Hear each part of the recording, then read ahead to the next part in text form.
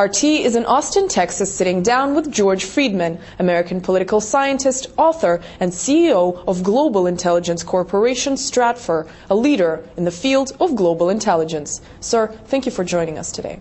Thank you for having me. Which countries do you expect to become really strong economic powers? What about China, Brazil, and India? Well, if you take the BRIC countries together, their GDP is $8.2 billion. The American GDP is $14.2 billion. So all of them together would have to double their size, and the United States would have to grow not at all for the four together to become equal to the United States. We have to remember that the American economy is 25% of the world economy. It will take a very long time for any other economy to emerge as a major economy in that order. Only Europe, if it's united, and if its unification was serious, would be a rival. The others not. What countries do you expect to stay behind, on the other hand? I think China will fall behind. I think China has had a magnificent run for the past 30 years. But we have to remember that of the 1.3 billion Chinese, 600 million have a household income under $1,000 a year. And another 440 million have one below $2,000. China is a very poor third world country that has a small sector that's an industrial sector. Let me follow up on that. You said the recession is over. What about millions of people who don't have jobs or homes right now? Well, of course. I mean, that's always the case. And the last thing to improve in a recession is unemployment. The point is that the massive economic collapse that people predicted didn't happen. So the people who have been comparing this to the Great Depression are plain wrong? Is that what you're saying? They can't read numbers. They have no idea what they're talking about. There's no comparison. If you take a look at the situation during the Great Recession, the American gross domestic product fell by half. In this recession, I think for the year it'll be down 4 or 5%. I mean, people who compare it to that simply don't know what they're talking about or don't want to know. Let me ask you about Afghanistan. Where do you think this war is going to take America, and where is this going to take Barack Obama? Is this a good idea for him at the beginning of his presidency?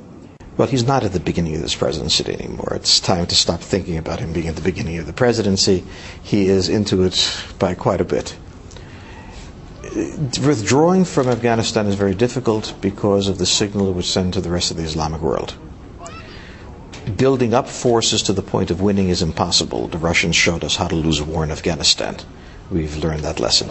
You said that withdrawing troops would send a negative message to the region. What about people inside the country, the United States? Do you think people here would benefit from basically having more money in the budget to spend on other things except for warfare? Well, I mean, again, you've gone to money in the budget. I think when you look at the numbers, the impact of the war on the budget is not nearly as significant, as you point out. Isn't it billions of dollars spent?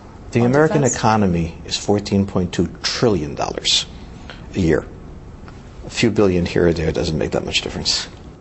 Okay. Let me ask you if you foresee re-election for Barack Obama in 2012.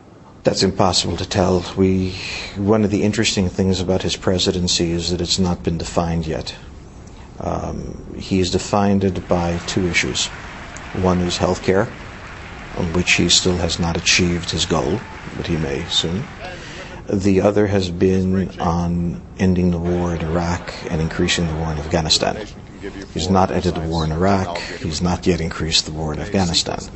So it's very, very early to say whether he will be elected or not. What's most interesting about him is how much he followed Bush's foreign policy, which is that he came into office saying that change would be his basic characteristic, but the fact is that he has been very careful to pursue the policies that Bush laid out in foreign affairs, particularly in relation to Russia. What do you think that means? It means that in foreign policy, presidents don't have that many choices to make.